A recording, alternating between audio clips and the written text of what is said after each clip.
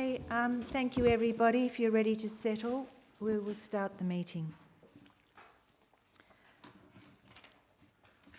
For those who don't know me, I am Deputy Mayor Stephanie Stroud, and I will be presiding over the meeting this evening because the Mayor is conflicted with the issue.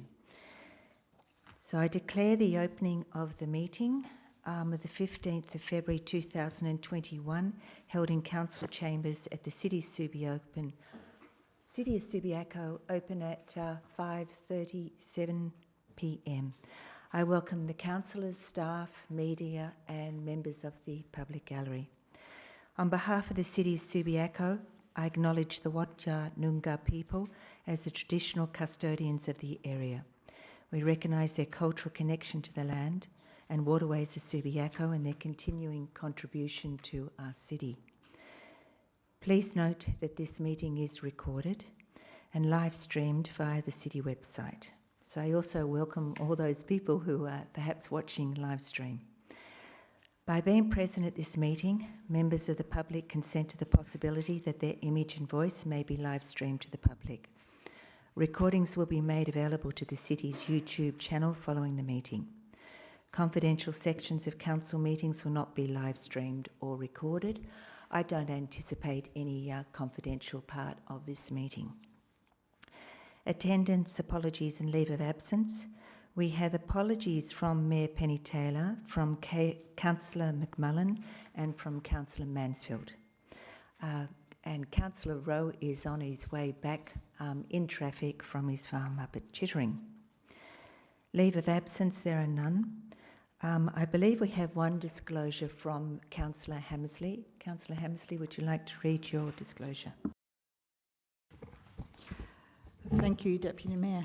I, Angela Hammersley, wish to declare an interest in the following item to be considered by Council at its meeting to be held on 15 February 2021, agenda items SC1. The type of interest I wish to declare is impartiality pursuant to Regulation 11 of the Local Government Rules of Conduct Regulations 2007. The nature of my interest is I am the owner of a heritage building at 24 Catherine Street and have with other owners in the street notified concerns to the city about their structural integrity and potential for destruction caused by works or development in the area. I understand that the above information will be recorded in the minutes of the meeting and recorded by the Chief Executive Officer in an appropriate register. Thank you. Thank you. Do we have any other disclosures? Okay, moving on to the council meeting statement read by the CEO. Thank you, CEO.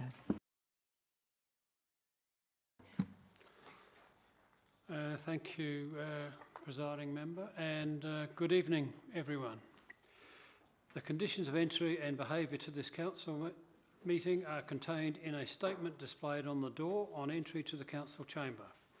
Please ensure you are familiar with conditions so that the meeting can be conducted at an appropriate standard. Thank you. Thank you. Moving on to public question time, can I ask Dr. Ben Corman, please, to approach the rostrum? And yes, it will probably come on when I stop speaking. Thank you. Our usual way is to read both questions. Thank you, Dr. Corman, and then you'll get an answer to both of them. Thank you. Owner of 424 to 436 and 430 Hay Street been issued with an order to stabilise the affected structures in the usual way using props and hoardings so as to protect the public while allowing 2 lanes of traffic and parking on the south side of Hay Street, and what time frame has been set by Council for the implementation of such orders? So that's my first question. And my second question is, if no orders have been issued, then what action does Council propose to take in order to restore pedestrian vehicular access safely to surrounding properties without delay?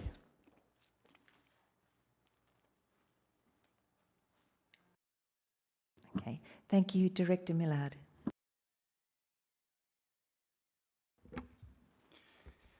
Thank you, and through you, presiding member. In relation to question 1, the City has not issued an order to prop the structures based upon the advice of structural engineers who have assessed the building and deemed it too hazardous to attempt. In relation to question 2, at this stage, the only option identified by the assessing structural engineers that would allow Hay Street to be reopened soon would be demolition of the buildings. The City is continuing to seek further advice on alternatives to the current exclusion zone. Thank you. Thank you. Now, to allow public statements, we have to go through a little bit of a process first for a special council meeting. The councillors at the table may recall that we passed a motion and I require a mover and seconder to allow for public statement time. Okay, Councillor Fallon and Councillor Hammersley, thank you. Is it up? Okay. Does anybody want to speak to this, or are you happy to vote on it now? We'll vote? Okay, thank you.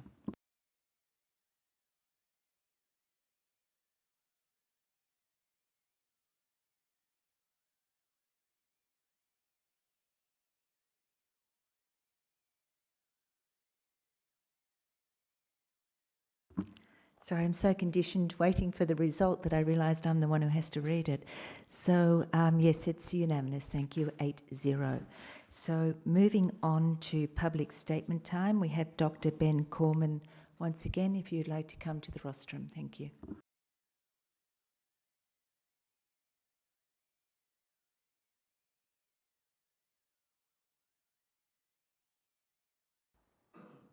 Hello, is that right? I am the owner of 2 properties on the southern side of Hay Street near Rockaby Road, opposite 440 Hay Street. Early last week, the right-hand lane for westbound traffic heading down Hay Street was suddenly closed to vehicles near Rockaby Road. The footpath was also closed to foot traffic and the adjacent parking bays no longer made available to shoppers. From Saturday, 13th of February, the closure has been extended to all vehicles in Hay Street from Catherine Street onwards. No parking is allowed on either side of Hay Street in this area, and there is limited access for pedestrians on the northern side. On contacting the Traffic Department of Subiaco City Council, I was informed that this has become necessary to protect the public because of the buildings at 424 to 436 and 440 Hay Street, which are currently vacant and boarded up, have been found to have defects which make them unsafe and likely to collapse. I was also informed that the owner of these properties has applied to council for a permit to demolish the buildings with a view to redeveloping the site. Meanwhile, all other businesses in the area have been adversely affected and are likely to suffer a significant loss of trade. This is also affecting tenants in my own properties. These losses are occurring in addition to loss of business associated with the closure of Subiaco Oval, closures of Hay Street during roadworks to install a new drainage system, and during lockdowns associated with the COVID-19 pandemic. The owner of the supposedly defective properties has indicated his intention to redevelop the site. He previously advised that he was boarding up the shops because he had vacancies and was worried about a lack of insurance if the properties are damaged. Given that this course of action may well be accelerated if the council agrees that these buildings pose a risk to the general public, it is critical that council's response be based on facts and not merely on claims made by the owner that the properties are so defective as to justify immediate demolition. We are concerned that the demolition of the properties is now conveniently required and that it may lead to a long-term vacant land site which could force the council to agree to concessions in relation to its redevelopment. In regard to this matter, it is important that council act scrupulously to protect the rights of all stakeholders in the area.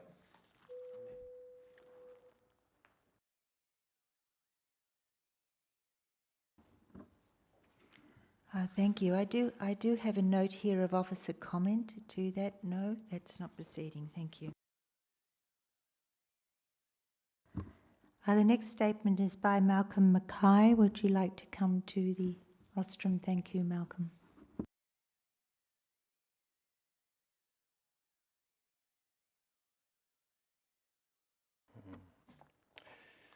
Thank you. I've got a statement on behalf of Sanur, the owner of the building.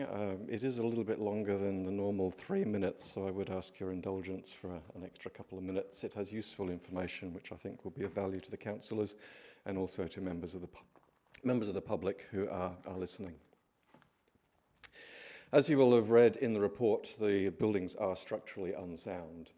Sanur has been concerned about the structural integrity of the single-storey shops for some time and vacated all of the buildings at significant cost as a precaution. The buildings were boarded up in December because vagrants were regularly breaking in and sleeping in the buildings. Sanur was not prepared to risk the loss of life that could have occurred if the buildings had collapsed on them. And at this point, I'm sorry to disappoint any conspiracy theorists, but the boarding was not undertaken to conceal an army of elves with pickaxes dismantling the buildings in secret. Following the recent collapse of a portion of ceiling in one of the buildings, a thorough investigation was commissioned from a highly respected structural engineer. The structural engineer discovered significant cracking in the party walls and that the buildings were leaning dangerously outwards into the Hay Street Reserve and in danger of collapsing into the street. The structural engineer has confirmed that the buildings cannot simply be propped or pushed upright again and stitched together, and the lean is so severe that the only course of action is to demolish the buildings. I did have a little example here of what's going on, and I was going to use a piece of paper to demonstrate that the party walls between the buildings are brickwork, and they have a limited amount of tensile strength. And it's a bit like a piece of paper. If I pull on both sides of the piece of paper, it holds together. But the moment that you put a crack in the wall, and the walls are cracked, and you pull with the slightest of effort, it comes apart. And if I'd stapled that crack, it wouldn't have made the slightest bit of difference. And if anyone doesn't believe me, you're welcome to try that at home when you get home. A precautionary check was then undertaken on 440 Hay Street, and similar cracking was discovered. 440 Hay Street was immediately vacated, and Sanur is working hard to find alternative accommodation for the tenant. The city of Subiaco was immediately contacted by Sanur on discovery of the danger to the public realm, and the city's engineers agreed that the most appropriate action was to close the adjacent part of Hay Street to the public. The buildings are currently being monitored every 48 hours, and the monitoring has confirmed that cracks are continuing to widen, and therefore the likelihood of imminent collapse is increasing. Sanur is in regular contact with the city's engineers to keep them updated. Public safety is and should be the primary concern for both Sanur and the city of Subiaco.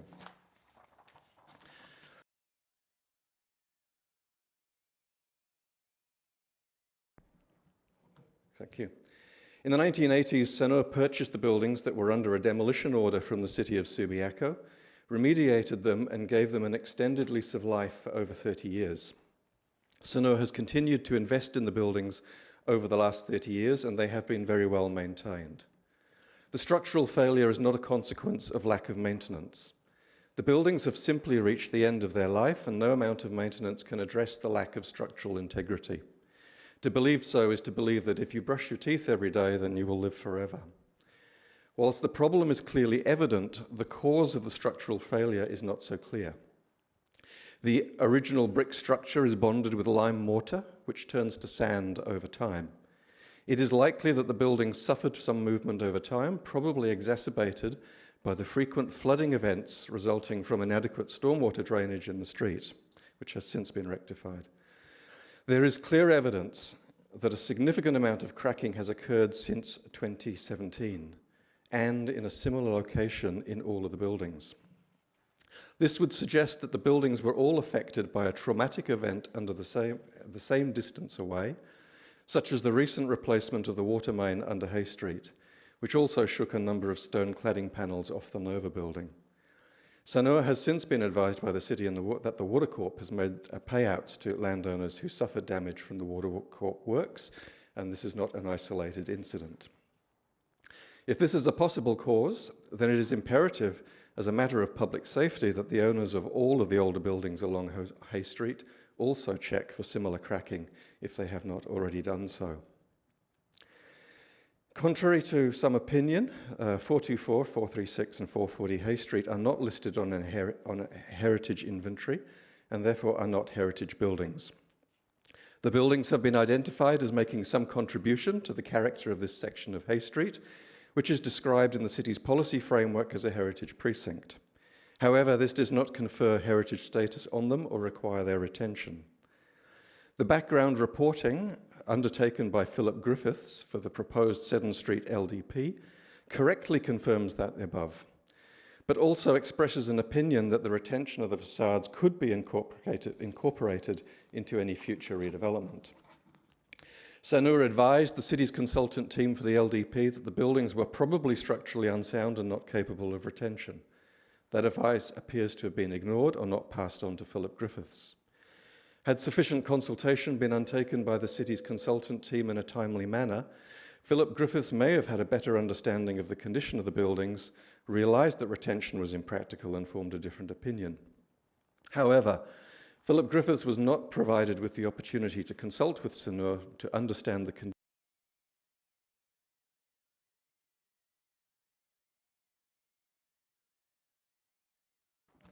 and appears to not have been provided the 36-page heritage report on the buildings that was in the city's possession at the time.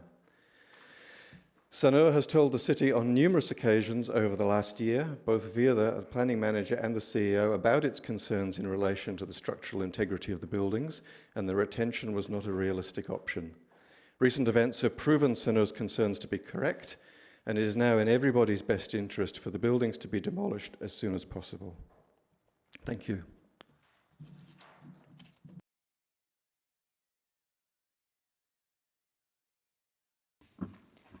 Thank you. I have a statement now from Jackie Greenshields of 97 Salisbury Street, Subiaco. Thank you, Jackie.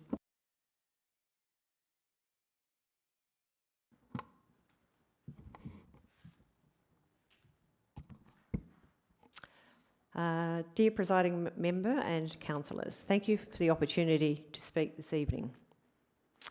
I read online this afternoon that Arup in Hong Kong have recently completed a huge project on a historic police station and the conservation of 16 historic buildings, some of them more than 150 years old. They worked with some specialist conservation architects and retained, repaired and strengthened the invaluable historic buildings for adaptive and reuse. I therefore find it hard to believe that a row of very small single-storey shops with simple structures and parapets could not easily be restored in Subiaco. Fremantle and the City of Perth have stabilised and restored much more complex historic buildings than ours. I feel that if the engineers that have provided this report don't have the expertise in Perth to provide a heritage structural report that gives solutions and understands heritage buildings, then we need to look at some other local heritage engineering companies who have the expertise and the experience in WA. The buildings in Hay Street have stood for over 100 years, are very original based on the recent research I've just completed, and are ready for new life in Rockery Road and Hay Street and the Hay Street Heritage Area. Thank you. Thank you, Jackie, and I'd like to publicly acknowledge the amazing research that you have done on those buildings, which you submitted to the city and to the museum, I understand. So thank you very much for that work. The next statement is from Mark Tonti of 97 Salisbury Street, Subiaco.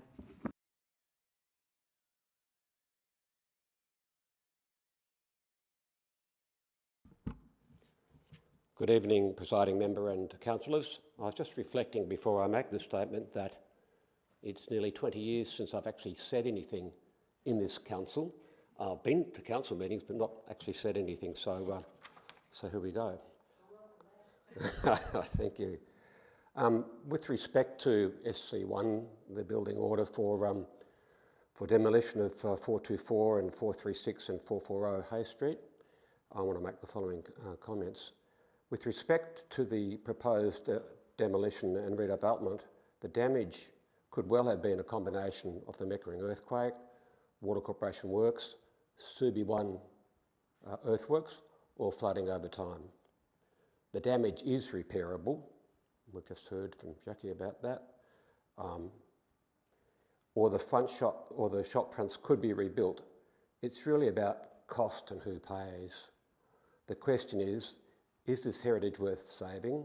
I believe so. I understand that Sanyu is already looking for ceding of one of the laneways in the area to them. Hopefully our council and Sanyu can negotiate, because I don't see why they can't, and are willing to do so.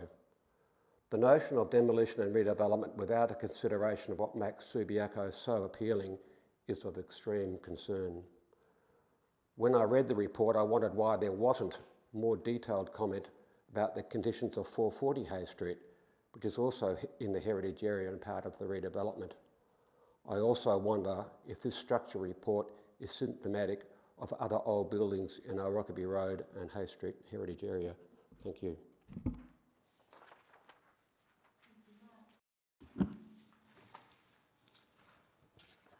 Now that completes our statement time, unless the gentleman would like to step up. Are you interested? No. Okay, thank you.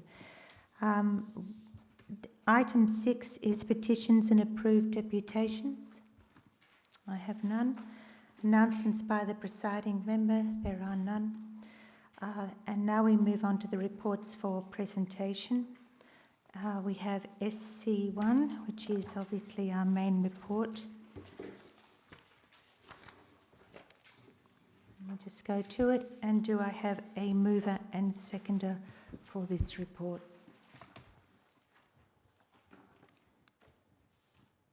I'm sorry. Thank you, Councillor Hammersley and Councillor De Vries. Thank you. Councillor Hammersley, would you like to speak to the item?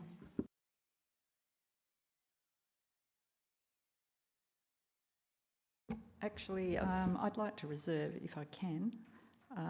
Alternatively, I had thought of raising with the council whether they are interested in lifting the usual standing orders. This is a very difficult situation that we find ourselves in, and it was my feeling that perhaps there should be a bit more free-flowing debate and discussion about this very complex situation. So maybe we could address that first. Yes, thank you. I'm happy to entertain that idea. Do we need to put it up? Thank you, staff, for a vote.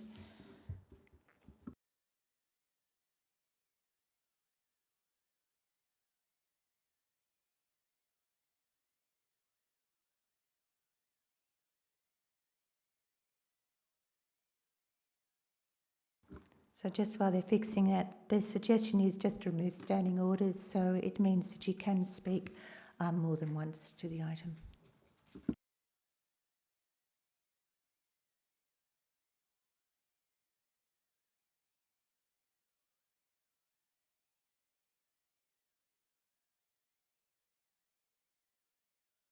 So we need a mover and seconder for that. Okay, thank you. Councillor Powell and Councillor Rowe. And let's just put it to the vote. Thank you.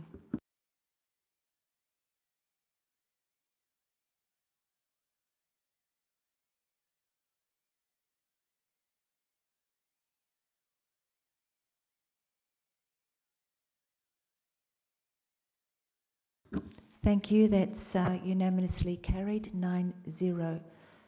Now, Councillor Hammersley, do you still reserve your right? Sure.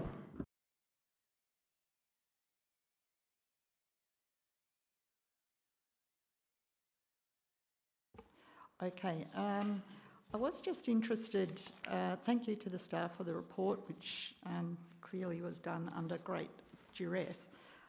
One of the issues that I heard in the public statements was that these buildings have been known to be structurally unsound for a while, I gather. I was just wondering, when did the City of Subiaco first, approximately, when did they first know that there was a structural issue?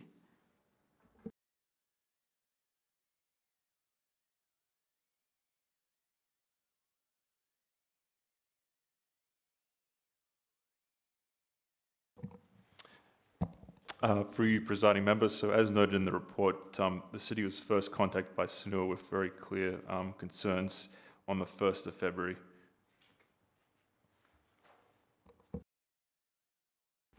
Thank you.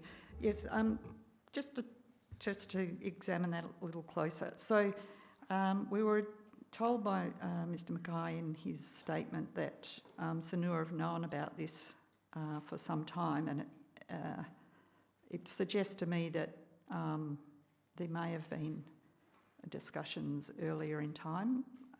Is that the case?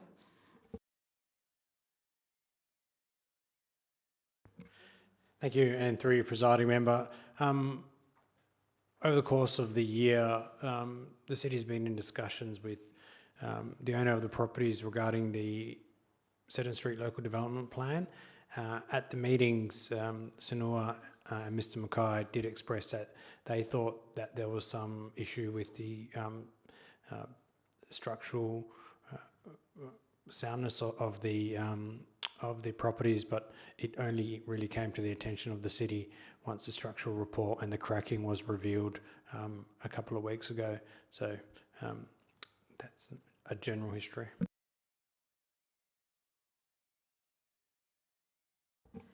One more question, and this probably just shows my lack of time to get my head around the reports and read the plans that we've been provided. But are the buildings 424 to 436 one building, or are they more than one building? It's just that I noticed that the roofs don't go over the whole structure, and I was just wondering if they really are just a single building.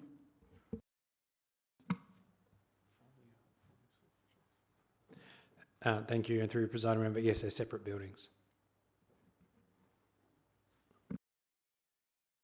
Can I just come on top of that while we're holding that and use 4.7 and 4.8 just to enter and ask questions? That was my impression, that there were 7 separate shops.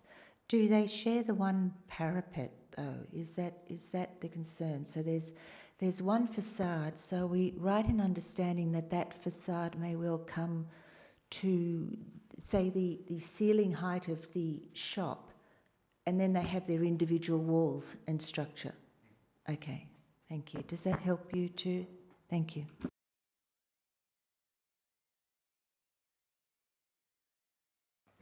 Thank you, through your presiding member. The only addition, that's correct, 440 in itself is a separate building, so that's delineated by, yeah, so just to make it clear.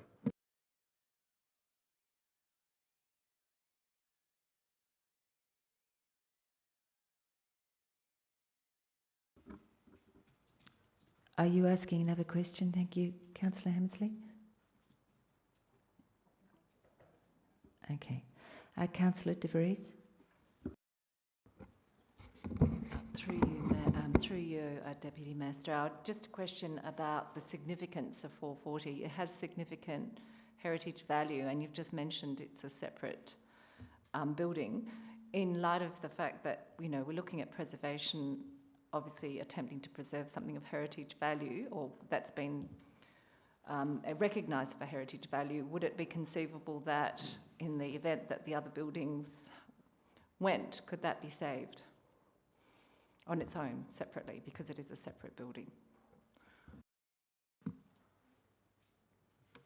Thank you, through your presiding member. It depends on the treatments to the building. So they, while they have similar issues, the extent of the issues may not be the same across the both. So it's feasible that one may be able to be saved, or two may be able to be saved independently of each other. Thank you. Thank you, De Vries.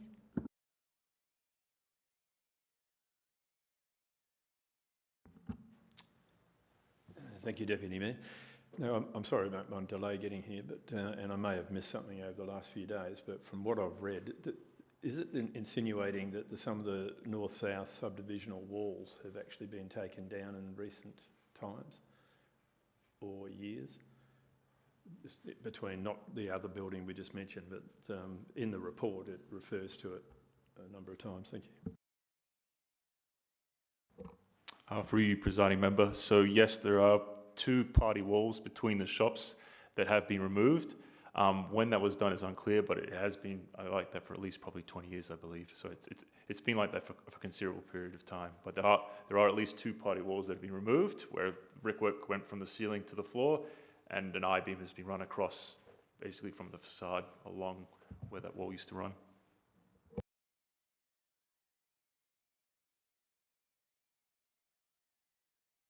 Okay, thank you. We must have more questions. Thank you, Councillor Jennings. Thank you, Deputy Mayor. I had a question about what date was the development application actually lodged that's seeking demolition as referred to in the report, please?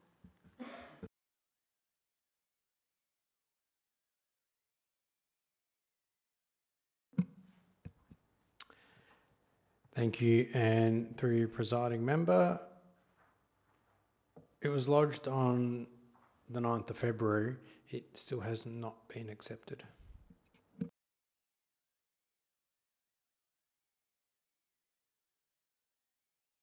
Yeah, sure. Thank you. And another question through you, Deputy Mayor. Just wondering, it seems, without having seen the instructions that were given to Structair and what the ambit of their report was to be precisely, but it appears that they weren't instructed to investigate other options than just demolition and to consider how the buildings or the facades could be preserved or, you know, deconstructed without posing too much safety issues or, anyway, just another option. And I'm just wondering, was that the case that they weren't actually instructed to look into that and they just were left to their own devices to work out what the contents of the report would cover? Because I think, you know, it would have been a good thing perhaps if they had been so instructed. Thanks.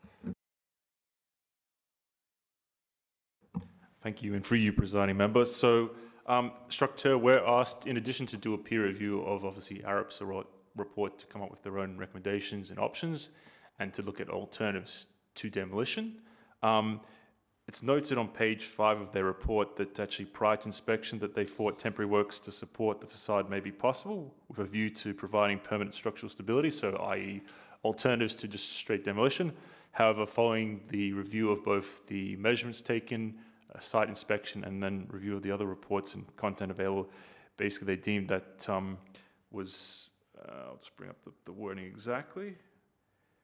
Essentially, they said, following inspection, it's clear that the risk associated with attempting such works on facades of the scale and in the current state is unacceptably high to proceed. So they deemed there wasn't another option aside from demolition, unfortunately. Thank you for that clarification. Well, I guess there's 2 aspects to the buildings here. I mean, although they're 7 buildings, but just taking them all as one, there's the facades and then there's the rest of the structure. And the heritage value or the heritage part that would normally be retained, the value is in the facade, that's my understanding, not in the rest of the buildings. And that being the case, I mean, there's a possibility perhaps that the other parts of the structure could be demolished and the facade preserved or stabilised or deconstructed. And I've got no idea how that could occur, but there are two parts when we're saying, you know, everything, it has to be demolished. Well, they could be potentially treated as separate things. What would you say to that? Thanks. Thank you, and through you, presiding member.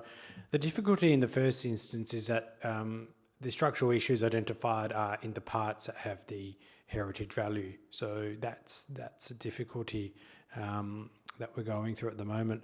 What we have done since is seek additional quotes from a structural engineer suitably qualified with heritage experience as well, and we should be ready to receive a report by the end of this week, should the council resolution proceed, and that's to look at the extent of the damage, consider whether the buildings are safe, whether they're fatally flawed or they're able to be salvaged, what needs to occur in this instance, what interim measures can be taken, and to consider the reopening of Hay Street, and then if that fails and if the buildings do need to be demolished, how can they be done in a way which may salvage some of the heritage value?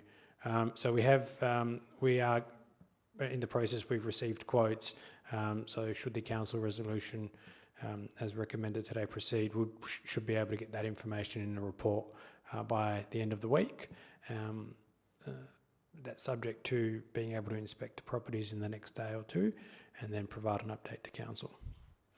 And just on that, the persons who we've sought a quote from are both listed on the Heritage Council's database of structural engineers.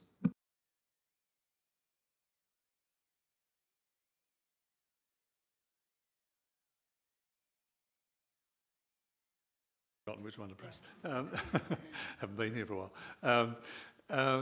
No, the question was just in relation to what Alex just referred to, was that the structural failure is in the heritage part of the building, but I didn't understand that.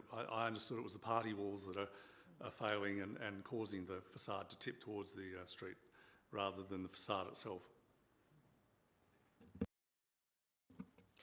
Thank you, through presiding member. Yes, well, that's correct. It's inherently connected to the facade, which is the heritage value, and the streetscape. What I meant is not the rear of the buildings, which has no heritage value. Thank you, Deputy Mayor. Yeah, look, that's well said, and that's what I was sort of baiting a bit earlier about those walls coming out. It seemed a bit. I'll be careful how I describe that, but you know, it's obviously done nothing to help support the value in that facade. I mean, the essential thing is that the community wants us to look into this the best we can, as fast as we can, from the 2 points of view: one, retaining the heritage facade, and two, getting the street open as fast as it can be. So I'm quite interested in this alternate resolution that's in front of us. I think that should be part of the way we look forward. Surely, even if we were to take the footpath and the first line of car bays, we could use steel struts to support it, to give us time to work out what's going on. And as it's suggesting in here, is to actually utilise the car bays on the other side of the road to get the traffic through as best we can.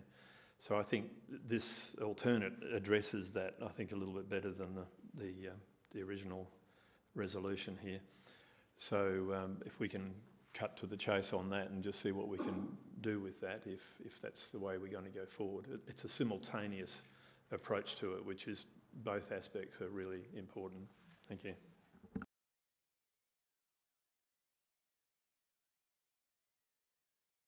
Thank you, Councillor Powell. Yes, thank you, Deputy Mayor.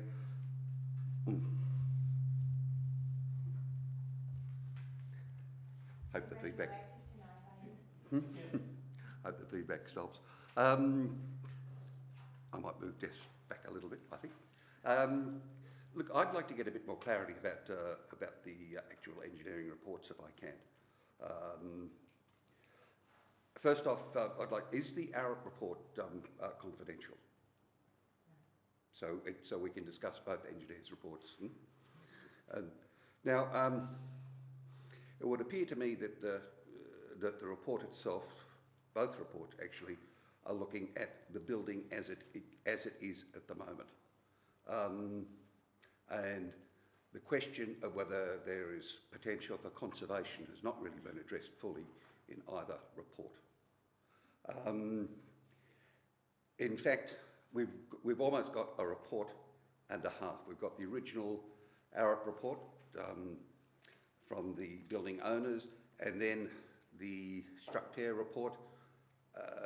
They haven't been able to actually go into parts of the building, so they've had to use what the other engineers report and comment on that.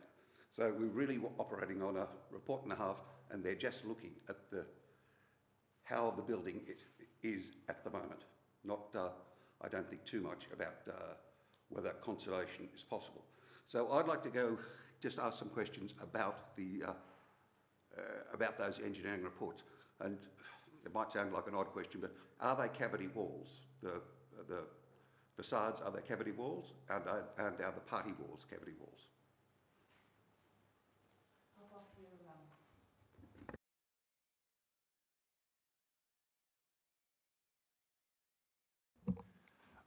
Unfortunately, I can't really answer that, Councillor Powell. I don't believe they are, but I couldn't say for certain. Well, I'm sorry, just for me, I think that's an important structural point,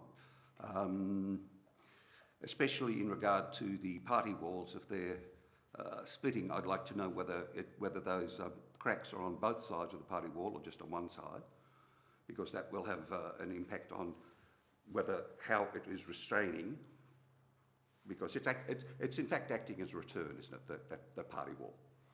Now, do the crack in the party wall go from the top of the party wall to the foundations? Do we know?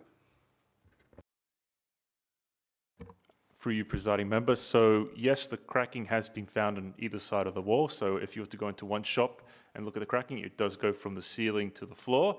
As noted in the report, it obviously does increase typically as you go towards the ceiling and also in the roof space.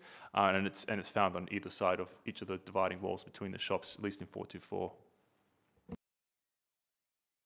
Okay, thank you. Is it possible to, has any examination been done on whether it's possible to treat that cracking to try and join the two walls, back again, whether they can use, chem bolts or some sort of chemical treatment or some sort of mechanical treatment to actually hold the facade?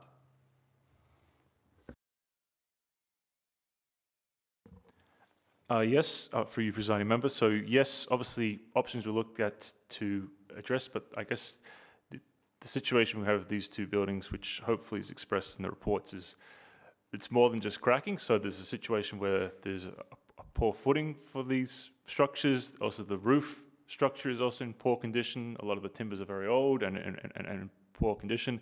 And then on top of that, the party wall, which also is meant to be restraining and tying back.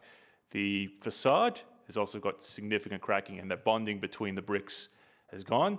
So unfortunately, what that typically means and what's been advised by both sets of engineers is that essentially, if it was just an isolated issue, so cracking, you're quite right, that could be probably addressed. However, because it is a combination of things, it's not simply you could just address one, because you could apply stresses and issues to the other parts of the building, and unfortunately they don't know the root cause, so they're a bit, so there's not an easy way where you can actually address just one isolated incident without potentially overstressing another component of the building and causing further damage to it.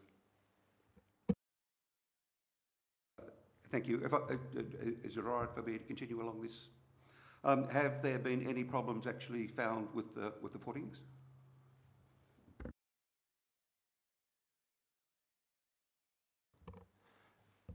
I believe under the party walls there have been issues, but again, the report I don't think covers it in a lot of detail. Okay, thank you. Now, I believe a plumb bob was used to measure the tilt of the wall over the street, how far it was beginning to lean. Where was that measurement taken? Was it, or in what places was that measurement taken? And did they vary, the amount of lean? Thank you. For you, presiding member. So you're correct. Early on, when we first did the site inspection, the builder had done a plumb line at certain points, and those are the measurements that were taken and included in the report. So you see, I think, a few sections along the building. It shows the measurements taken. Obviously, it's not as accurate as a survey, and so what was done a couple of days later, I believe was on the Saturday, they actually had it surveyed to actually get the exact measurements to determine the extent of the lean and the placement of all the different elements of the structure. And how consistent is the lean along the whole face?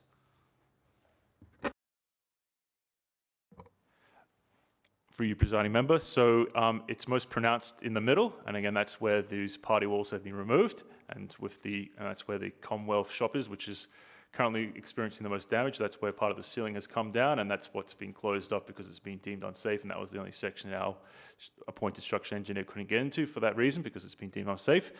So it is essentially the most pronounced, so about 155 millimetres at last survey at the middle, essentially where that middle store is, and then it does decrease as you get to the edges of the building.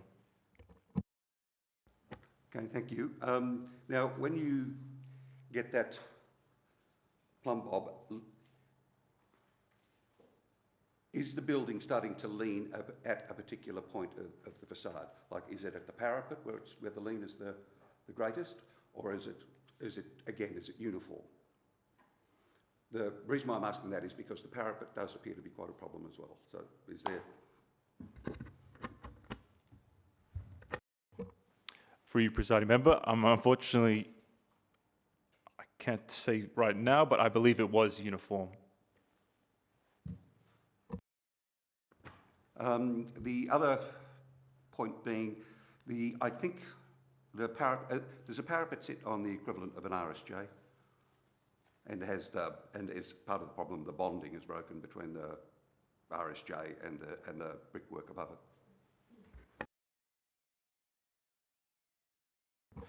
For you, presiding, I apologise. I'm not a structural engineer. You have to explain what an RSJ is. It's a metal supporting beam. Okay. It's a structural beam.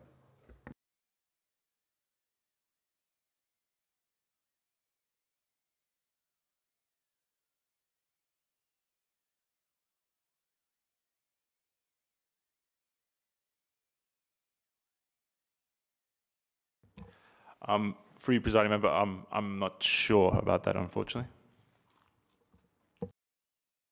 The reason why I'm asking about that is because there's a reference that the wall is in an active state, and that strong wind, or an earthquake or earth tremors could cause structural collapse. Now, if the bonding is broken on the top with the RSJ, the wind would be a problem, but I can't see how it could be with the rest of the wall. So what I'm really asking is the rest of the wall relatively structurally sound below the parapet, below the metal support beam?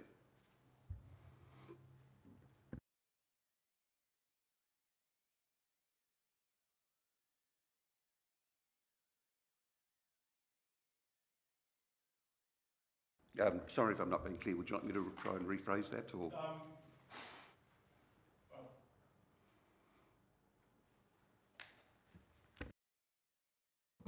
For you, presiding member, yes, maybe if you could just clarify a bit further while I just quickly check something. Okay.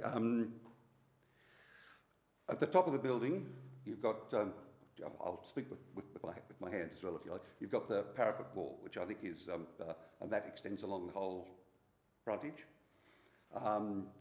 And it is exposed, there's no roof to protect it, so if a wind comes along, if there's a strong wind, it is the part that is most likely to collapse, not the part. So what I'm wondering is the structural soundness of the facade underneath the parapet, because the parapet really is just a bunch of bricks. Yeah. So.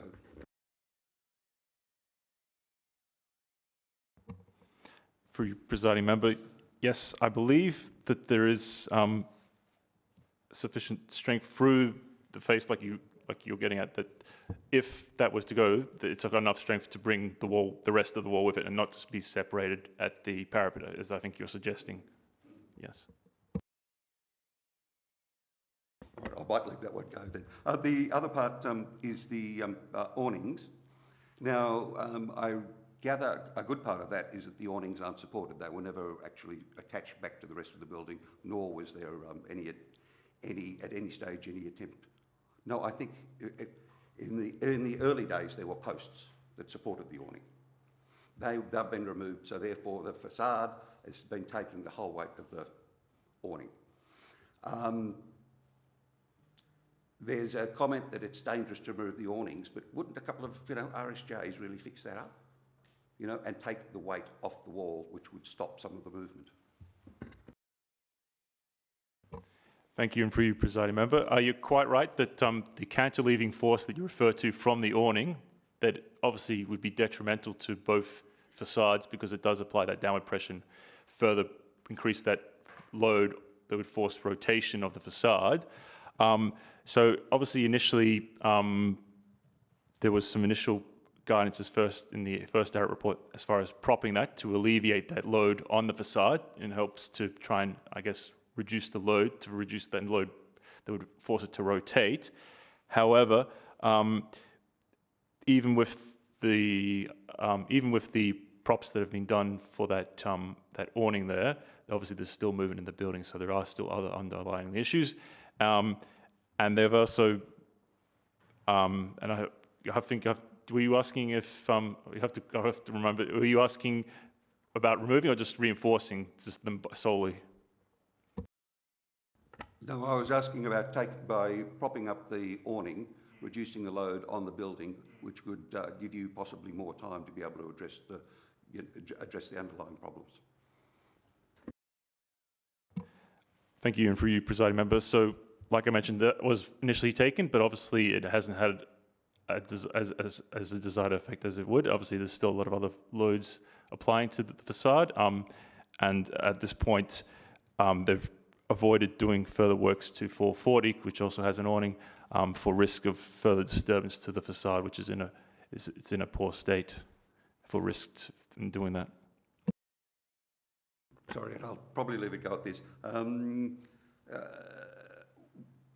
Has compression been looked at? Because I think, according to the report, part of the problem is that it's not under under tension, which means that the brickwork can still move, and that's why it's active. Has there been any consideration given to whether it might be possible to put the wall under compression, which would then put it under tension, which may, again, alleviate the need to immediately address the problem?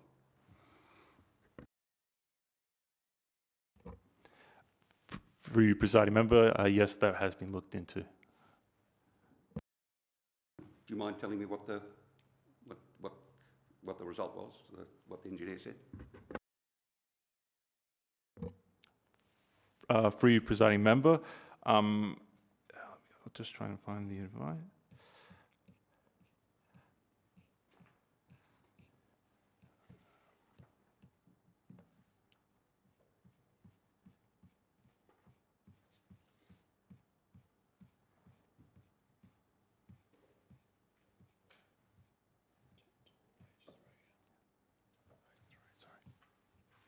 Which one, sorry?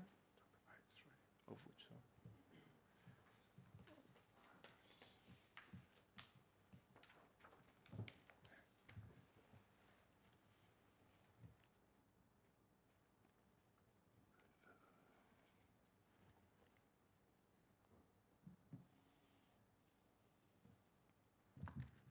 Reduce intense forces when increasing.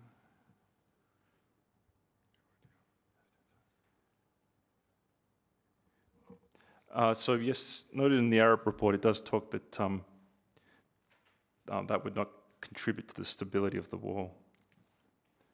Just on page 3 there, of the ARIP report.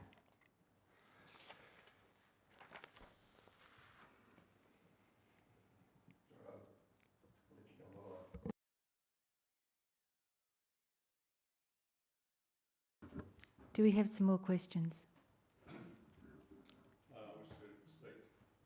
Okay, do you mind if I just follow up with some of those questions first? Thank you. Well, just while we're on that wavelength.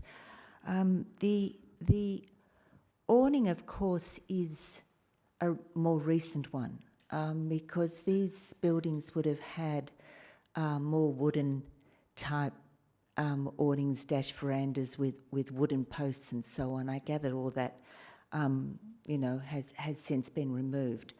And now we have, particularly the awning on the on 424 to 436.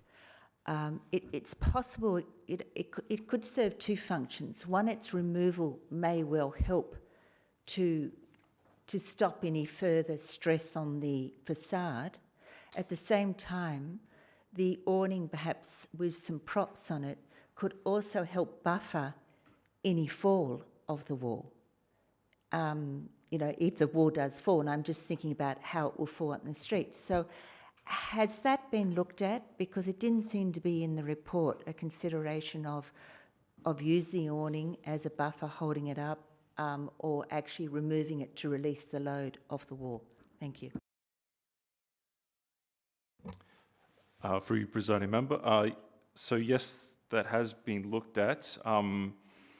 Obviously, 424 is already propped as far as the awning. I don't believe there was much commentary given by the engineers in any of their documents that referred to using it to kind of arrest or somehow modify if the facade were to fall or collapse. Yeah, I don't know what to say. And one other question, thank you. You know, we've heard about poor footings and deteriorating timber and no bonding between bricks. It all sounds terribly grim, but isn't this pretty characteristic of old buildings, you know, that are 100 years old?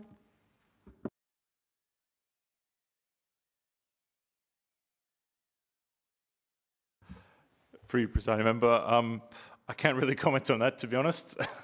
all I can say though is that both structural engineers' reviews have looked at, I guess, all the various elements which are in a poor state, which obviously contributing to the overall outcomes and suggestions or recommendations that they have made, which I believe lends me to believe that it's probably worse than a standard building of its age.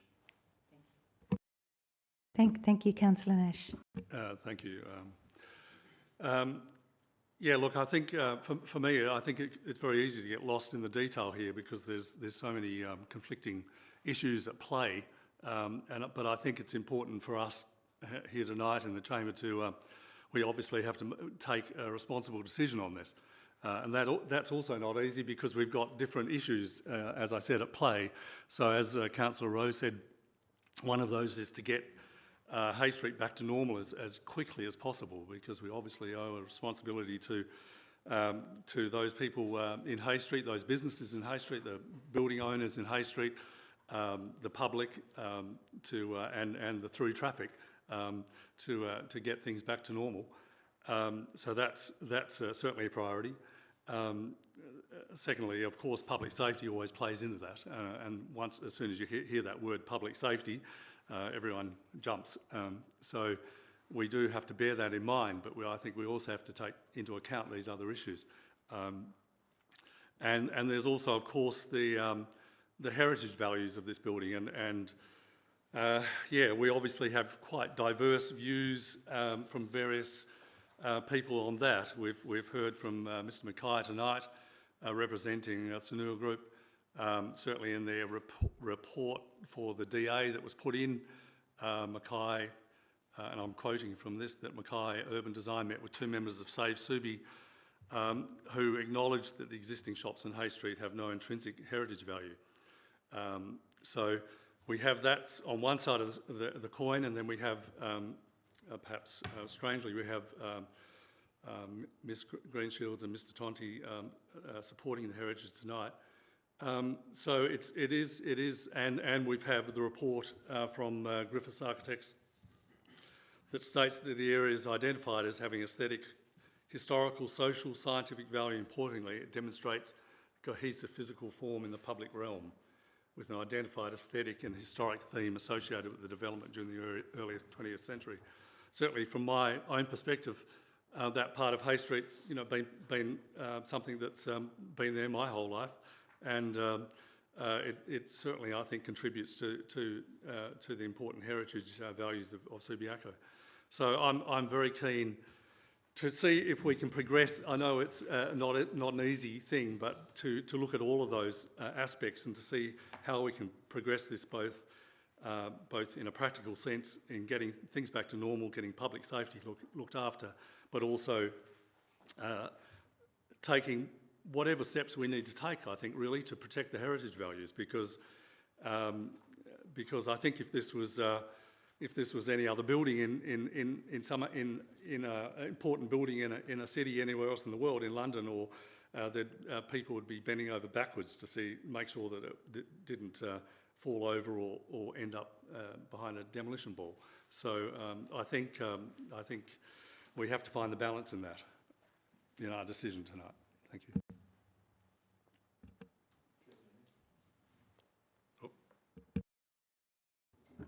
Yes, thank you, Councillor Rowe. Thank you again. And that was well said. That was well said. I wanted to go back a little bit and talk about what Councillor Powell was talking about. I think the underpinning message in what he was saying was we don't really have those answers right now. But when we do have someone look at the building, they need to be looking at it from a remedial point of view, and the practicality of how that could be carried out and made safe and all the other aspects that were just mentioned. But that's different than just identifying things that are wrong. I also wanted to ask the question, I mean, has the owner of the property made any overtures about going some way towards doing the same as what we're wanting to do, or to be willing to partially rebuild if it had to be partially demolished? I mean, that's a question that I'd like to ask now, if the staff have had any overture from the owner to contribute towards this concern.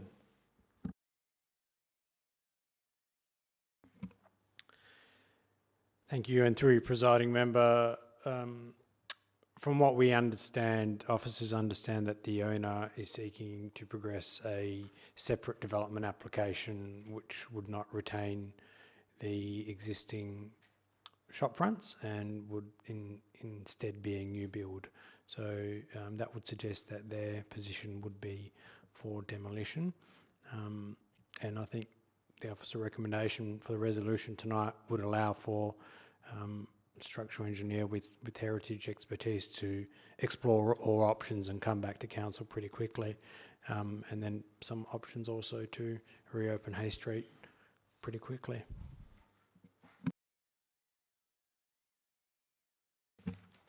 Through you, presiding member. So, does the city have the power to order structural remediation of it if it's considered to have heritage value?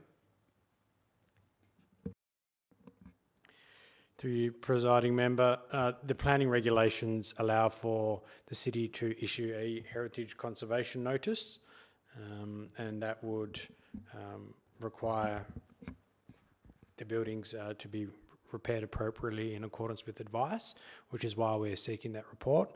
Should that not be complied with, the regulations then don't have a penalty, but do allow for the city to go in and do those works, and for costs to be provided to the applicant subsequent to that. There's a whole process that goes ahead. The city would need to reasonably justify that the works are appropriate, reasonable, necessary with the heritage conservation.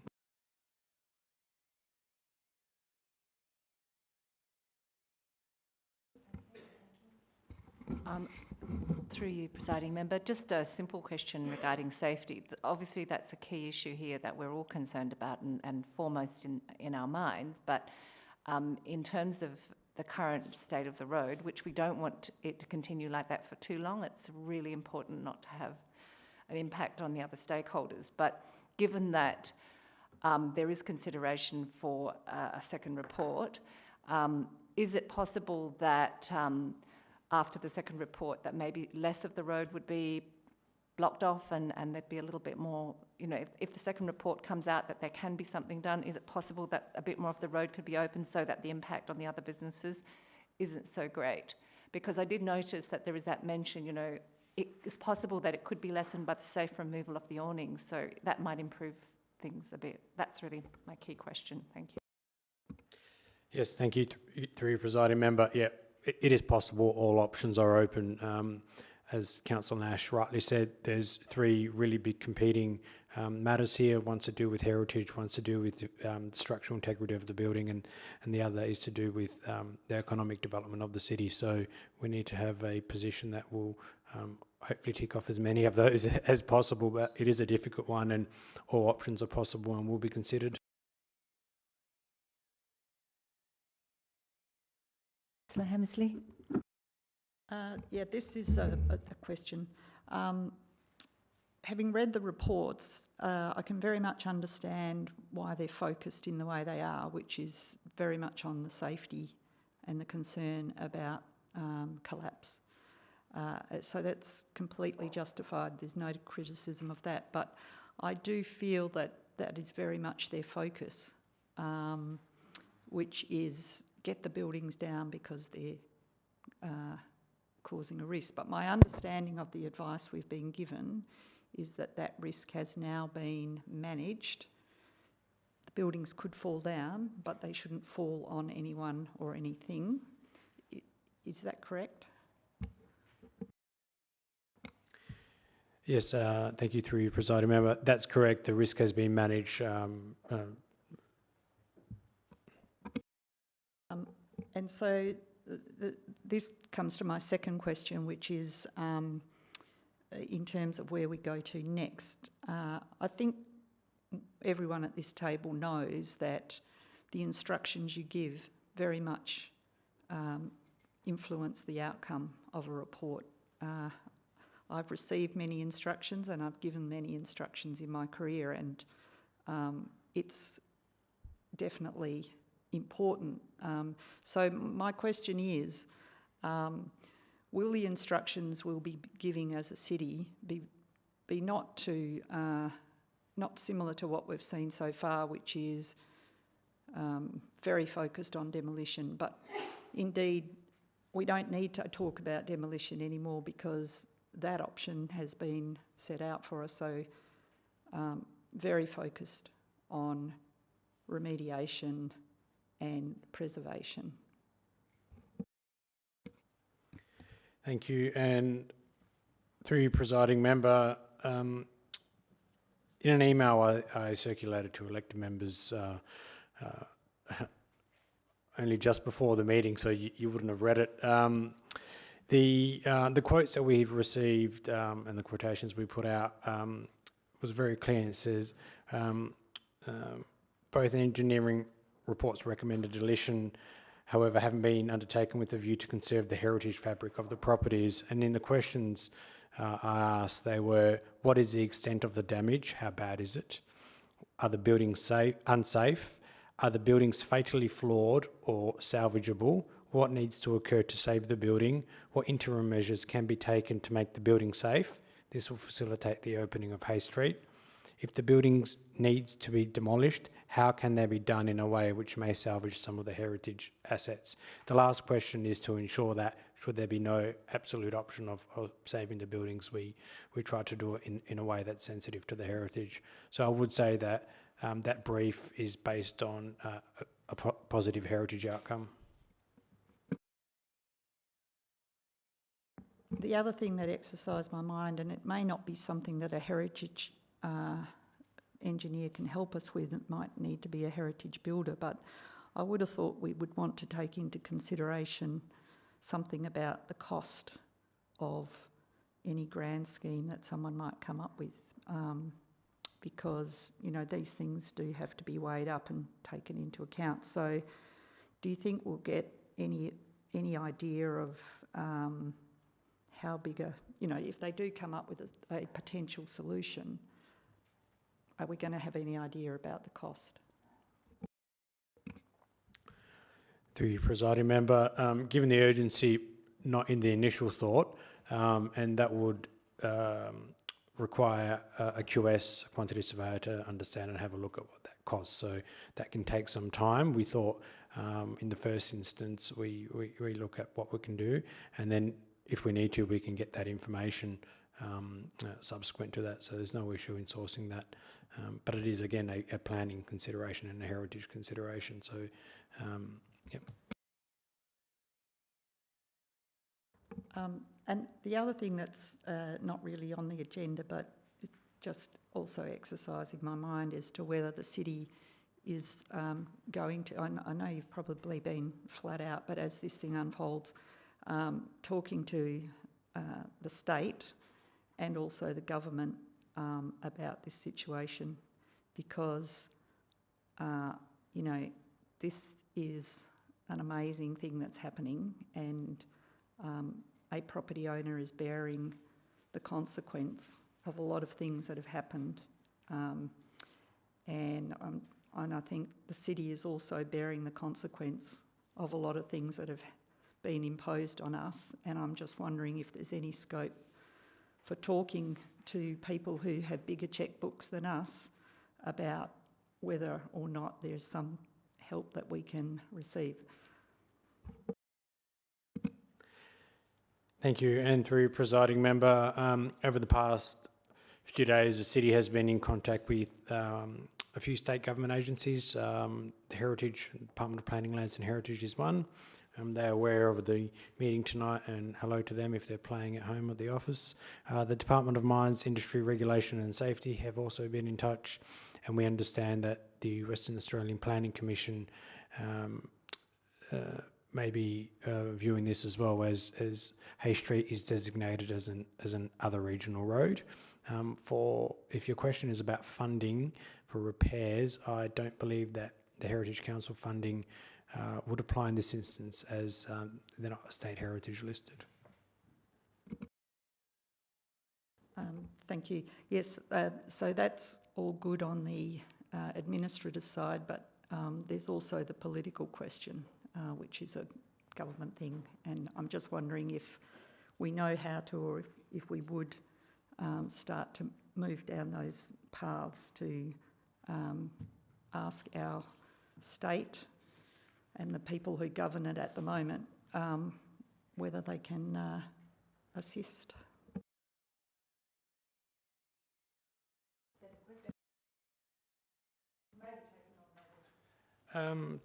Through presiding member, I guess that's something that council could consider. You have to consider that the state government is also in a caretaker period now as well, so the time frame of 6 weeks might be a bit difficult, but yeah, it's something that council can consider, and we can work with council on that.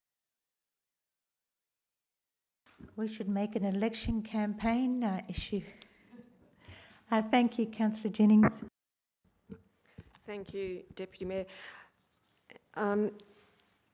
It seems like staff, maybe you've changed your mind or approach since the agenda was written, and we only got that, I don't know, mid-afternoon, or what was it, lunch? Was it lunchtime or just before lunchtime, something like that? And yes, I just wanted to acknowledge that you would all have been under a lot of pressure, and this is a movable feast, so, you know, I acknowledge all that, and you've all been working hard and under difficult circumstances. But the way that the agenda is written, it's very definitely, and the recommendations are very definitely going towards demolition. And as you would have maybe heard from the tenor of the debate tonight, that seems like not where elected members want to go straight off.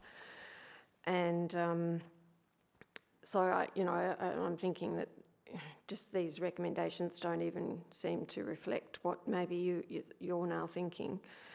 Anyway, I suppose that leads us on to whether we want to move on to, as Councillor Rowe suggested right at the beginning, just get on to the thing that we maybe all want to do, or more, I'm not saying my alternative is 100% and might need some work, but, you know, to go there. Anyway, that's all I'm really going to say on that, and I think I've heard enough to know that, well, certainly I'm not going to be supporting that recommendation as is. It's not correct as is for me, anyway. Thanks. Thank you, Councillor Jennings. So is the council in the mood to now vote on this item, or do we want to have some more chatter? Thank you. I just would like to speak. Yes, having heard all of the questions and the views that have been put, I'm not in favour of the staff recommendation as it's presently put. So I would be minded to consider Councillor Jennings' alternate. I think it's an alternate. So that's where I'm sitting.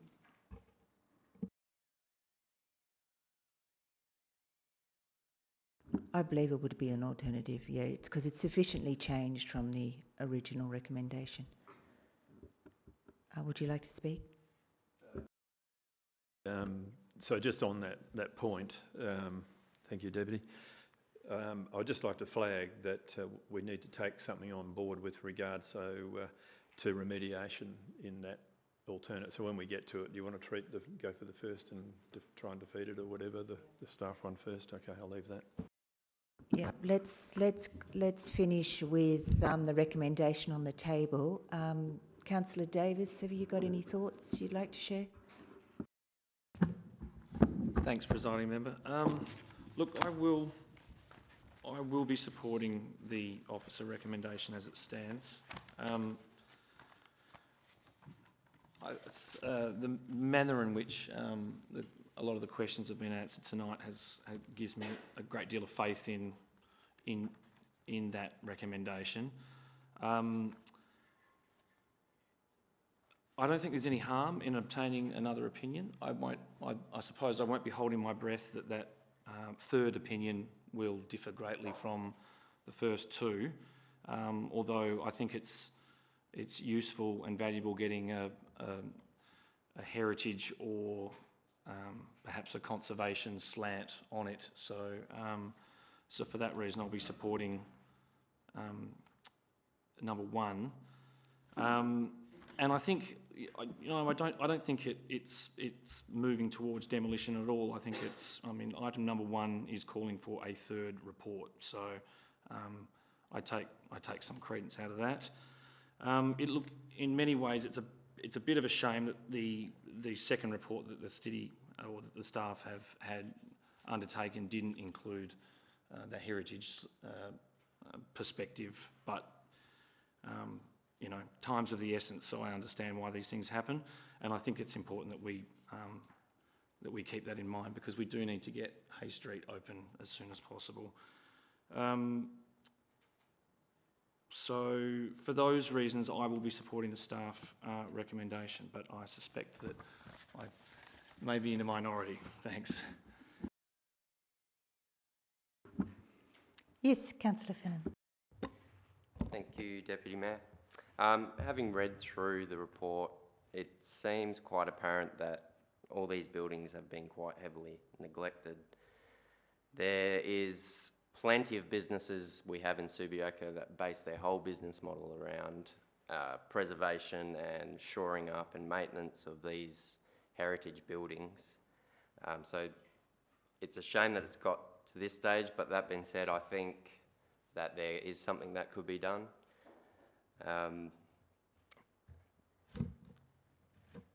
Having worked on a lot of the heritage buildings in this area myself, looking through the photos, it's not uncommon to see these sorts of cracks.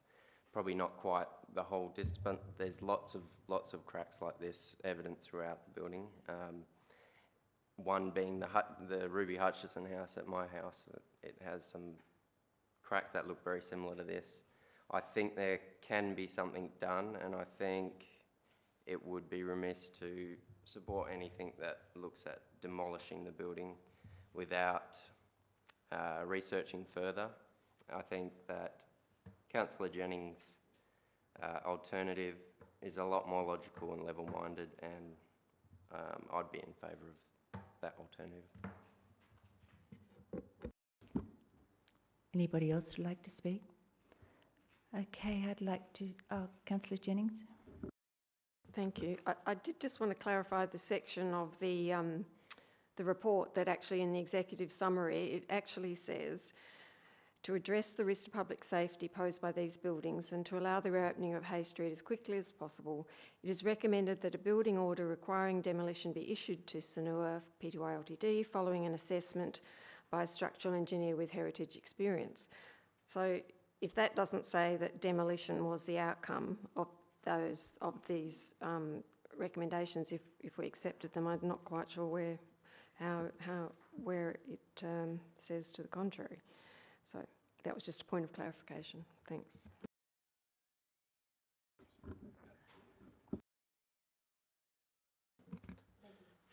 Thank you. And look, I acknowledge that through presiding member that the report was prepared and changed on the fly, and absolutely understand all the concerns. What I think is the easiest way to do this, and look, I have seen the alternate. I have some questions and queries about it. We haven't been able to consider it in whole, and I have some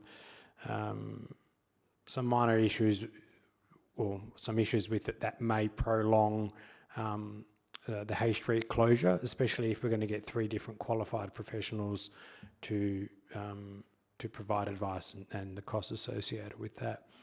So, and the other part is we may need to get state government approval to construct anything on Hay Street, as it's another regional road, but we will need to consider all options there. What I would suggest with the current resolution is if point 2 is deleted, that way that there's no issuing of or no consideration of any demolition, and the only points are that a structural engineer with heritage experience is appointed, and the exclusion zone remains. So if point 2 is deleted, it probably have the same purpose, and we'd probably be able to act a bit more quickly rather than getting additional quotes from builders and other professionals. Thank you. At the risk of talking about the alternative, which we haven't got to yet, but just to say I would be willing to take on board sort of any amendments that, fit in with what is possible and doable and the best outcome.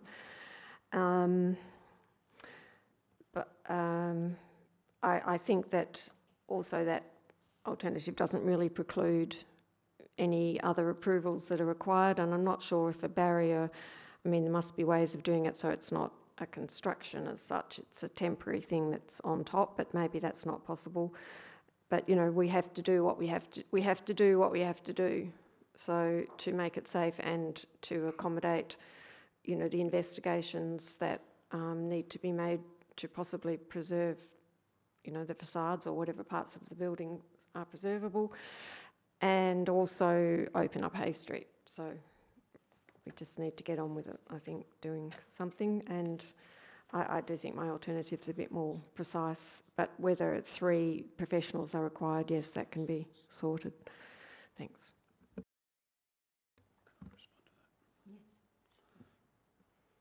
Councillor, just one other piece of information that I only became aware of late this afternoon, and that really addresses part 3 of your amended recommendation. We understand that the owners are working on exactly what you describe in your proposed number 3. They, together with Multiplex, are looking at designing some form of barrier that could be placed on Hay Street. Now, what that would mean, we don't know until the design is complete and presumably costed. But it may take, if that is possible, it may, and I emphasise may, take us back to where we were last week, where the parking bays on the southern side of Hay Street would be open. But at this stage, the design is being looked at, and we don't know, even if it is acceptable, whether it could be built in a reasonable amount of time. But we'll only know that by the end of the week.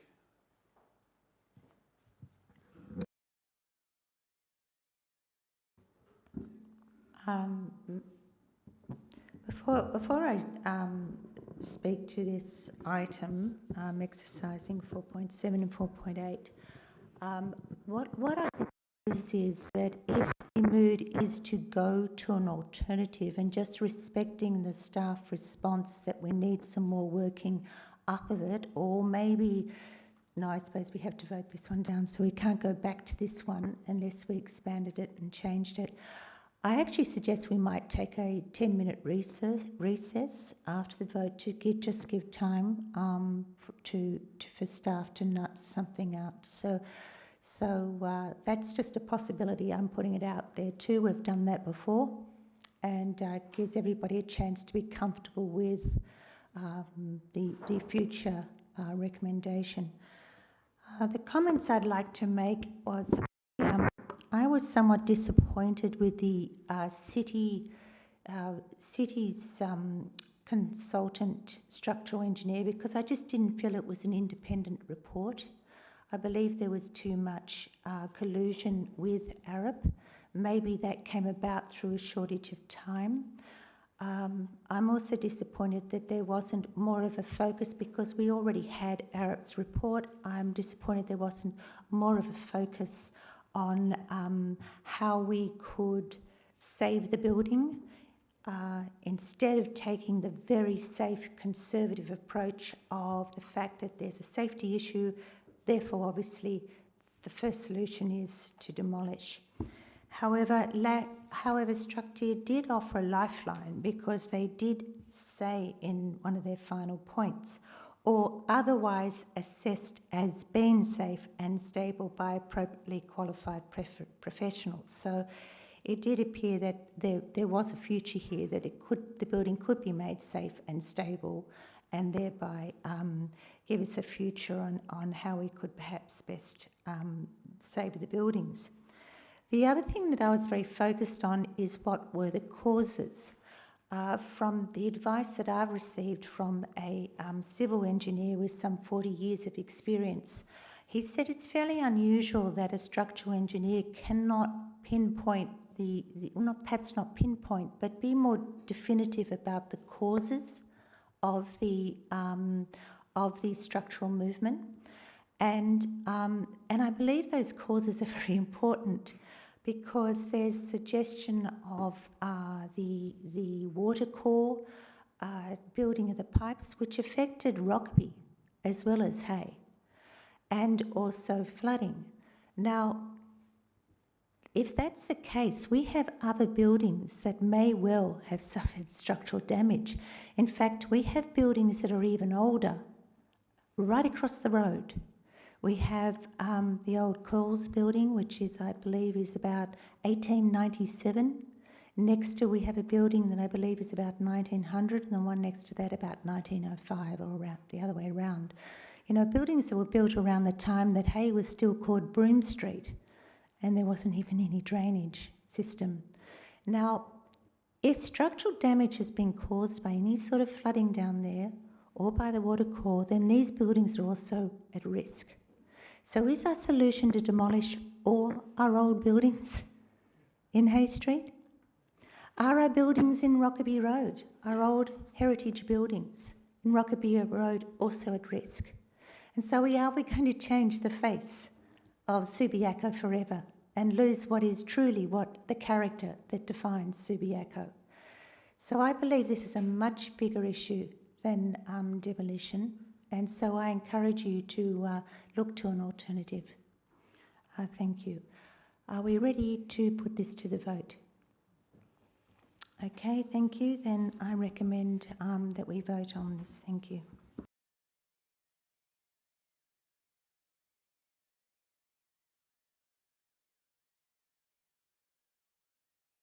The motion is obviously what is in front of us, the officer recommendation. And I recommend that we put this to the vote now. Okay, sorry.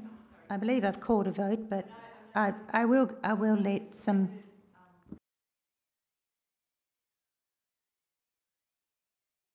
It's relevant to the point that, through you, presiding member, I'm sorry, I just wanted to ask it because it is relevant. You mentioned that, sorry, through you, presiding member, it's for Alex, just that you mentioned that 3 people would be way too many, but would 2 people be doable? Because obviously, you know, the structural engineer and a heritage architect that working together, would that be possible as an alternative in terms of the number of people that go into the process and be quicker? Thank you, and through you, presiding member, I suggest that the structural engineer is someone who's versed with heritage matters, so it'd be the one person who does it. So you'd actually just look for that one person of expertise. And as I said, we took recommendations and have looked at the State Heritage Council's panel and have asked for quotations from there.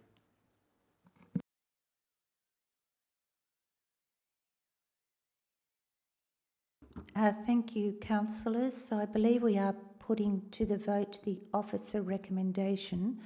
Do you have in front of you the alternative that Councillor Jennings has actually put up? I believe she did distribute that. Depending on this vote, if it is voted down, I do recommend a recess so that staff can have a good look at this alternative. Perhaps they might want to fine tune it if that's agreeable, and we will go from there. Okay, thank you. So let's put this to the vote.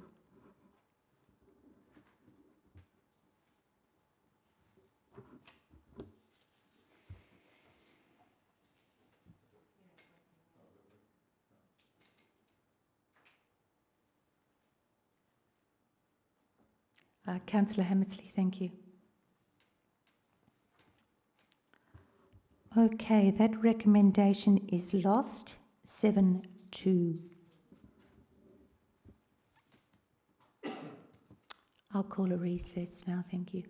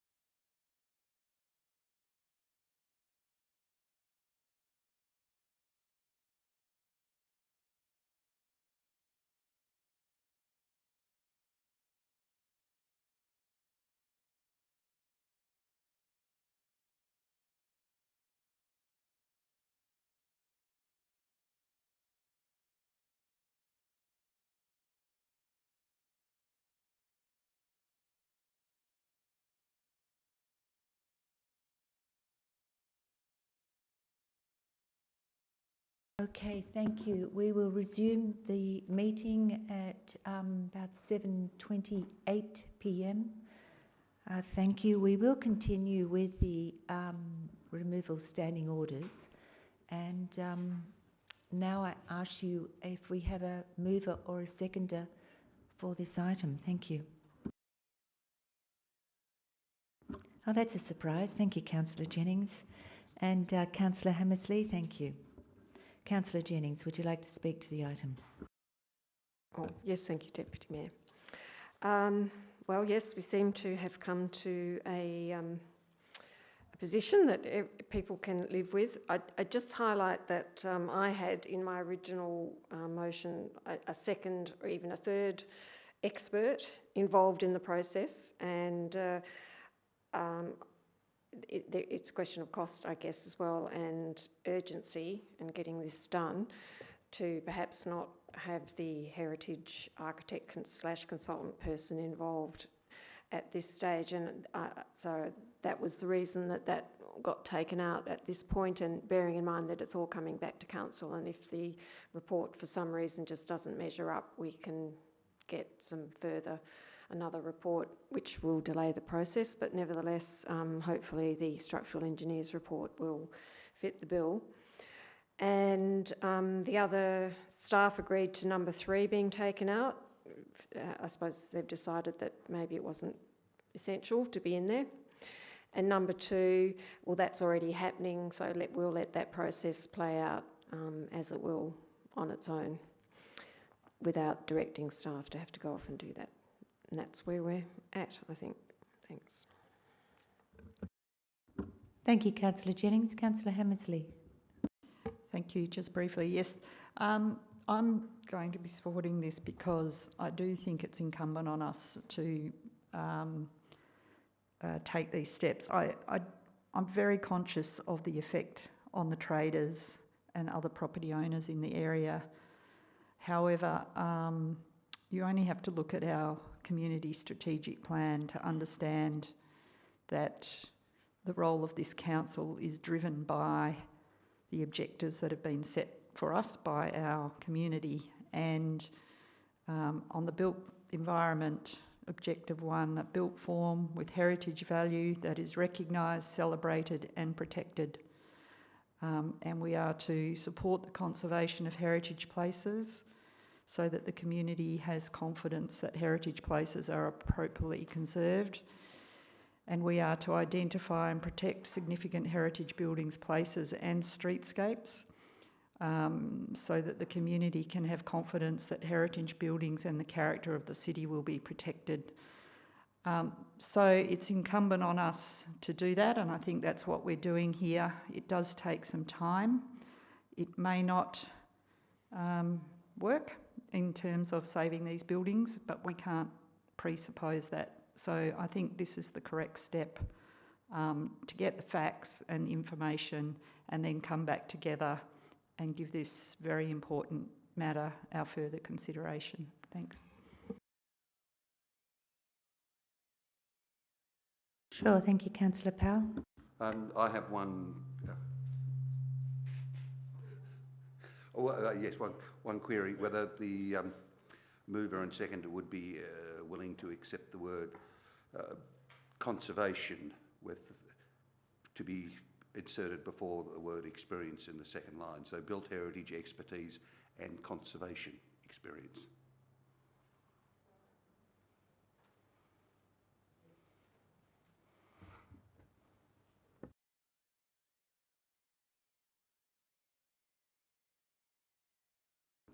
Councillor Jennings, just a thought, we don't actually have reasons for this. No, you do? Okay, so are your reasons still relevant, and do you need to change them a little bit? Because I think it's just very important when people go back and review minutes, maybe in so many years' time, but they understand. And I wondered if you'd also like to include perhaps a strategic community plan as well, the reference. So do you need a couple of minutes to adjust that before we vote on it? And is there anybody else who would like to talk to it? Thank you, Councillor Fallon. Yes, I've got a question, please, through you, Deputy Mayor Stroud. And the question is the heritage architects and the builder both removed to save money? And the reason I asked the question is because something I liked about the original was that it seemed as though it was seeking to have, by having the builder come along, maybe they were able to provide an estimate of what the remediation cost would be. And from my experience, I don't think they would charge very much, if any, to be able to supply an estimate budget for the remedial work. So that's my question. Thank you, and through you, presiding member, officers recommended the removal of the heritage architect and the builder for the reasons that this needs to be done for a couple of clear points. One is to see if the buildings can be saved, and one is to assist with the reopening of Hay Street. It's an urgent matter with the buildings still remaining active.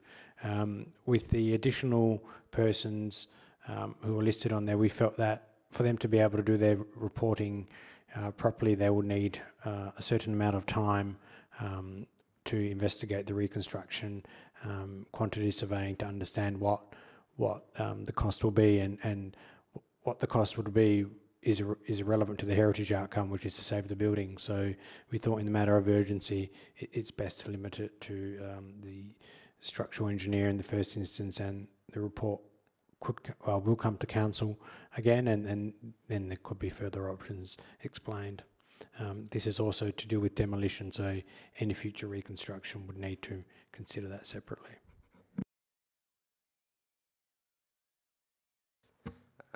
Through you, presiding member, would it be,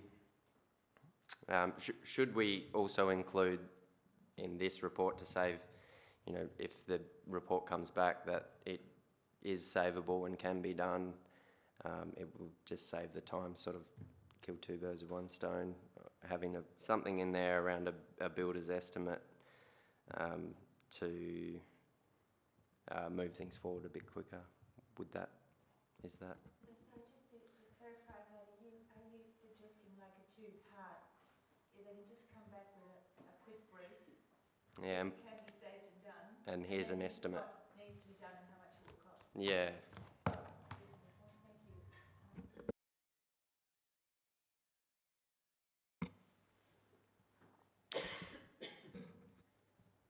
I guess we need to go to the first stage, and through presiding member, of understanding the condition of the buildings and when they can be saved. That can occur in any event, and should the council proceed with another motion in the future, that would be up to the landowner to consider. Council aren't going in there to do the works. What we're doing is recommending we go in there to see if the buildings can be saved. If they can, then there might need to be further work through, builders engaged by the landowner to make those work. So I don't believe council should be stepping in, and we're not formally stepping in the regulations in this process. So that's why it's removed.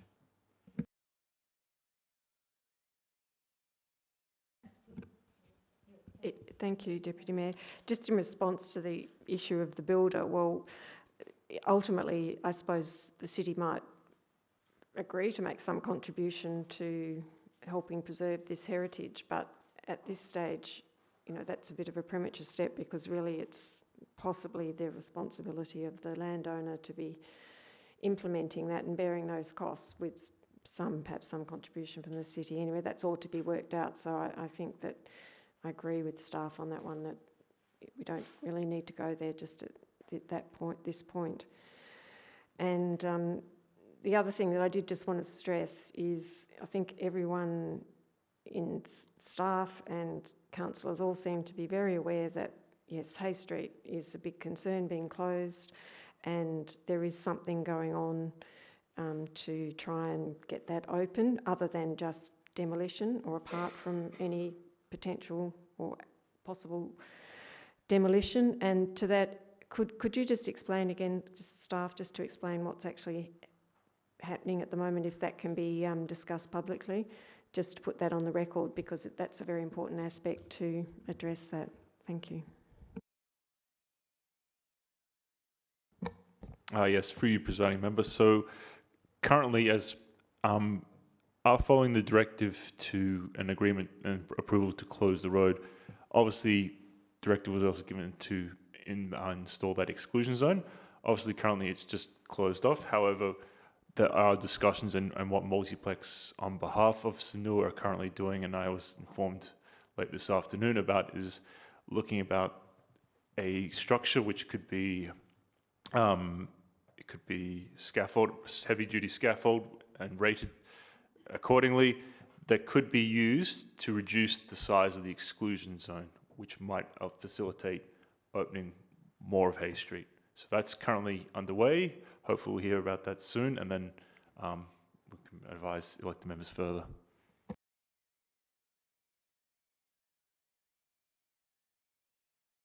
Yes, I've just got a question. Is the ability of the structural engineer with heritage experience, is access to this, is this predicated on him having access to the site? I mean, do we have any guarantee that any structural engineer we appoint will have access to the site?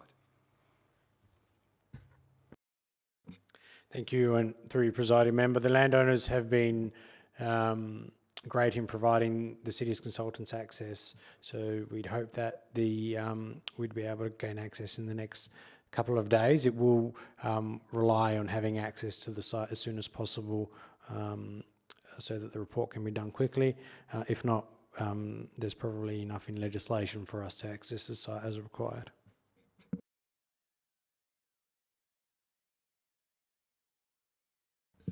Thank you, Deputy Mayor. I have got those amended reasons. If I can bring them up, would that be all right? Yes, thank you.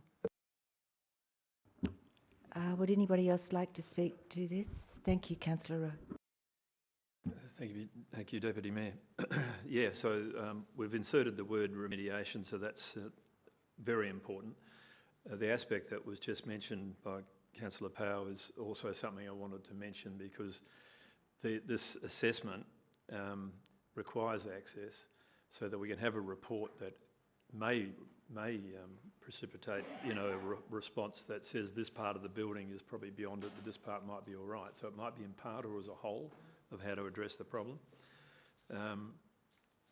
And of course, we've already spoken about the access down Hay Street.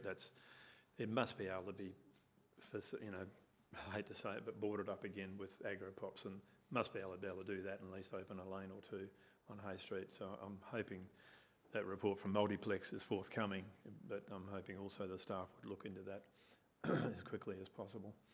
So with those things in mind, I'm going to support this. Thank you.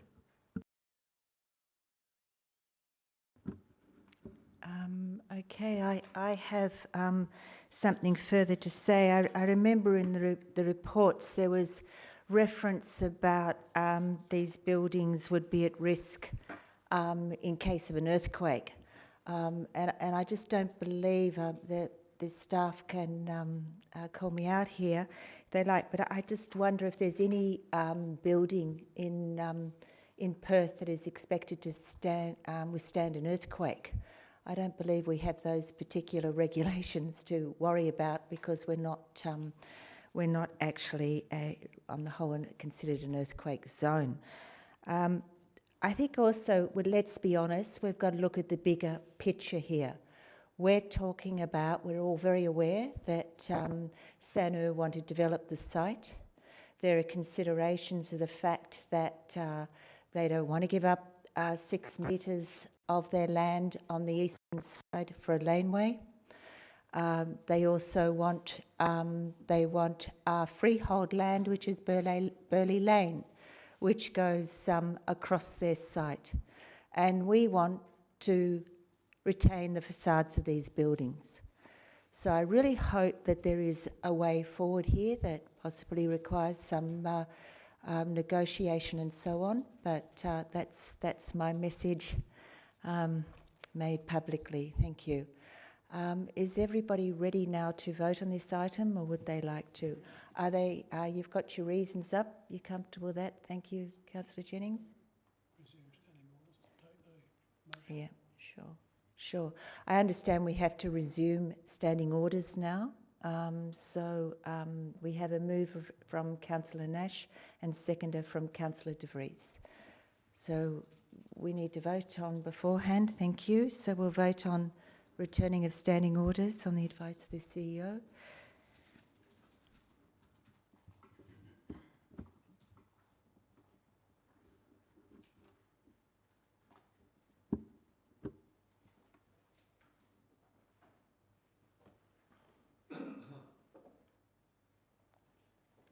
Okay, put that to the vote. Thank you. Is that, straight? I've got to look at Councillor Fenlon, not ready yet. Thank you.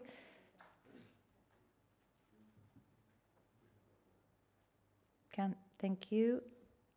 Councillor Davis has left, so that is a unanimous decision. Thank you. That's a decision of 8-0. So now if everybody's ready, we'll put the alternative to the vote.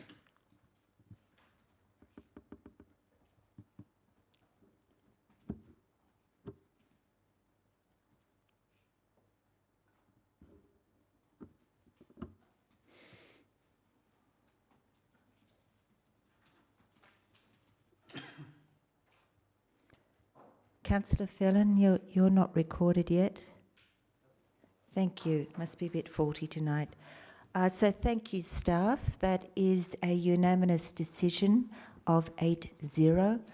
I'd like to thank you very much for your work tonight. I think it was tremendous collaboration between the staff and councillors. And before you pack up and leave us, the CEO would like to, just remember we do have to close the meeting, but also the CEO would like to make a comment. Thank you. Thank you, Presiding Member. I'd just perhaps like to publicly acknowledge the staff who've been involved in this subject. As you know, developments occurred very rapidly late last week. So the people at this table, as well as our lovely comms people, have really been living and breathing this topic since Friday afternoon. You'd be aware of some of the times the emails have been coming through to you. Late Friday night, early Saturday morning, late Saturday, Sunday morning as well. And I'd just like to put my appreciation on the table. Particularly for James, who apart from being involved in all of those things, he was out first thing Saturday morning delivering notices and speaking with the business owners in Hay Street. So you probably put in about a 15-hour day, James, on Saturday. And after all, it was a special weekend as well. And I'm sure they were reminded of that at some stage over the weekend, that they were spending too much time at work and not on other matters. Thank you all for doing what you've done over the last 72 hours.